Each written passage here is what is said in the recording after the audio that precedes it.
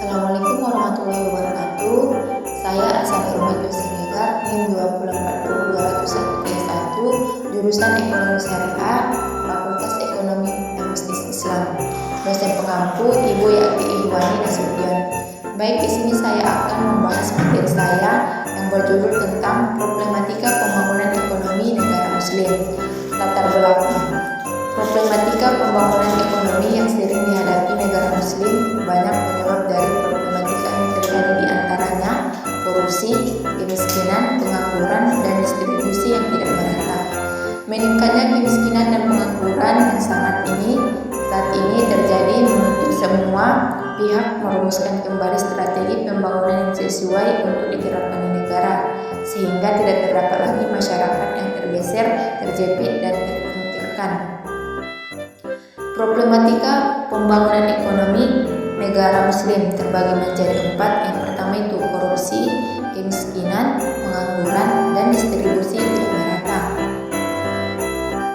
Yang pertama itu saya akan membahas tentang korupsi, di mana korupsi adalah suatu perbuatan yang dilakukan dengan sebuah maksud untuk mendapatkan beberapa keuntungan yang bertentangan dengan tugas resmi dan kebenaran lainnya.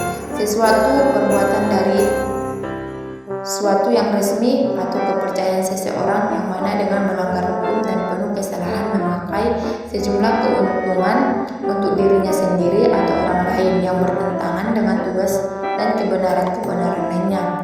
Istilah korupsi berasal dari bahasa Latin corruption atau corruptus, artinya buruk, bejat, menyimpang dari kesucian, perkataan menghina atau fitnah.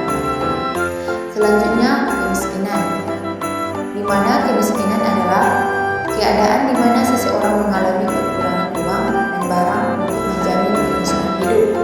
Dalam arti luas, kemiskinan merupakan suatu interest atau konsep yang memiliki 5 dimensi, yaitu kemiskinan, ketidakberdayaan, ketidakmampuan, ketergantungan, keterasingan baik secara geografis dan sosiologis.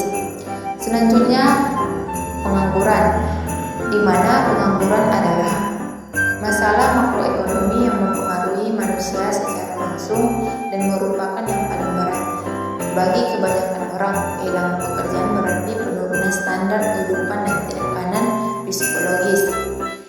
Selanjutnya, distribusi yang tidak merata, di mana distribusi yang tidak merata adalah penyaluran atau pembagian pengiriman kepada beberapa orang atau ke beberapa tempat. Arti lain dari distribusi adalah pembagian barang keperluan sehari-hari, terutama masa darurat oleh pemerintah kepada pegawai negeri, penduduk, dan sebagainya. Adapun kesimpulan dari materi saya ini adalah problematika pembangunan ekonomi negara ada beberapa penyebab, yaitu korupsi, kemiskinan, pengangguran, dan distribusi yang tidak adil. Korupsi merupakan kejahatan luar biasa sekaligus sulit dipercaya atau dicari pelakunya. Hal ini disebabkan karena korupsi yang sulit membuktikan proseduralnya, di mana modus operandinya merupakan kegiatan sistematis atau bersama-sama. Bahkan perkembangan tidak pidana korupsi di era modern saat ini menjadi semakin kompleks. Kemiskinan merupakan keadaan di mana seseorang mengalami kekurangan uang dan barang atau untuk menjamin kelangsungan hidup. Mungkin cukup sekian hasil dari presentasi video saya. Assalamualaikum warahmatullahi wabarakatuh.